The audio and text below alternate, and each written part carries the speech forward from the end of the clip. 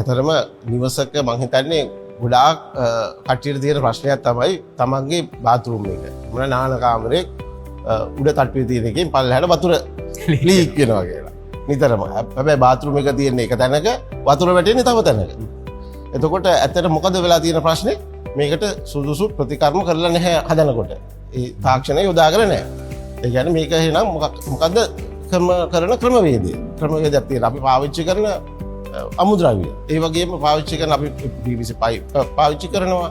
එහෙම නැත්නම් ජල උපාංග පාවිච්චි කරනවා. ඒවට ගැළපෙන ඒවා පාවිච්චි කරනවා. ඒක ගැළපෙන ඒවා පාවිච්චි කරනවා කියන්නේ ඇත්තටම මේකේ අපිට කොන්ක්‍රීට් එකකින් බාත්රූම් එකට අවශ්‍ය වර්ග ප්‍රමාණයක් තියෙනවනේ. ඒ ඉඩ ප්‍රමාණය අනුව අපි ඇත්තටම මේක හදාගන්නේ කොහොමද? එතකොට මේ බට නල එලන්න තියෙන ගැප් එකක් තියෙද? ඒ කියන්නේ ඉඩක් තියෙද? අන්න ඒ තියෙන විදිහට උඩ විශේෂයෙන්ම ඉහළ මහලවල් වල හදාගන්නවා බාත්රූම් එකේ ඉඩ.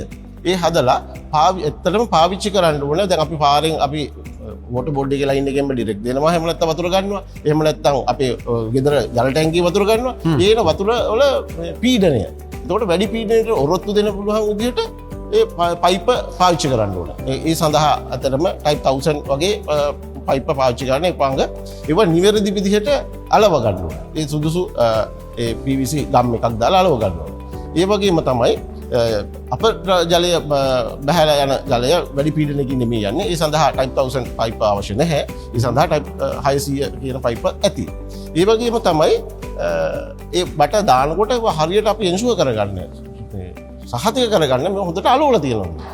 හැබැයි අලවලා තිබ්බත් අපි වතුර ටිකක් හරි මේ ලීක් වුණොත් එහෙම හැබැයි ඒක සැබ් එකෙන් පල්ලෙහාට යන්නේ නැති වෙන්න අපි ඒවා ආරක්ෂා කරගන්න. ඒ සඳහා අපි බාත්රූම් එක හොඳට වෝටර්ප්‍රූෆ් කරගන්නවා. වෝටර්ප්‍රූෆ් කරගන්නකොට පාවිච්චි කරන මැටීරියල් වර්ග කීපයක්ම තියෙනවා. ක්‍රිස්ටලයින් කියලා තියෙනවා, සිමන්ට් ලික්විඩ් ටු කොම්පොනන්ට් ඒවා තියෙනවා වෙළඳ පොලේ. ඒ වල කොහොමද ඒවා භාවිතා කරන්න කියලා. ඒවා භාවිතා කිරීමේදී මම හිතන්නේ ඇත්තටම සුදුසුකම් අවබෝධයක් තියෙන පුද්ගලයෙක් ලව මේ කරගන්න ඕනේ. නැත්නම් මේ වෝටර් ප්‍රූෆින් ගෑවයි කියලා වැඩක් නැහැ. දැන් වසන්ත මහත්තයා ඇත්තටම ඔතන තියෙන හොඳම ප්‍රශ්නයක් තමයි ලස්සනට බාත්රූම් එක හදා ගන්නවා. ටයිල් එකක් දාලා ඔක්කොම කරලා ටික දවසක් යනකොට අපි ගොඩාක් බාත්රූම් වල දැකලා තියෙනවා තමයි මේ එක වර්ගේ ටයිල් නෙමෙයි දාලා තියෙන්නේ. ඒකට හේතුව අර ලීක් වෙන තැනින් ටයිල් එක කඩලා ගන්න වෙලා තියෙනවා. ඉතින් මෙන්න මේකට ලොකු ප්‍රශ්නයක් ඇත්තටම වෙලා තියෙනවා.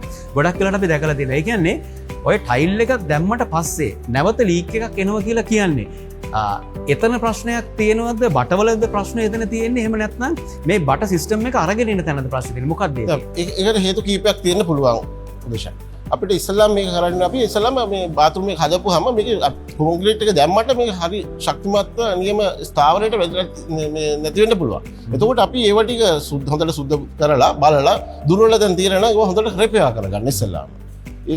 හදන අවදීම ඊට පස්සේ ඒකට අපි ෂාප් එජස් තියෙන ඒවා අඩු කරලා ඇන්ගල් පිලට් එකක් දාලා ඊට පස්සේ අපි වෝටර් ප්‍රූෆින් මැටීරියල් එක මොනවද අපි පාවිච්චි කරන වෙළඳ පොලේ තියෙන එකක් ගෙනල්ලා අපිට සුදුසු එකක් ගෙනල්ලා භාවිතා කරන්න. භාවිතා කරනකොට ඒක ආලේප කිරීමේ තියෙනවා පොඩි ටෙක්නික් එකක්.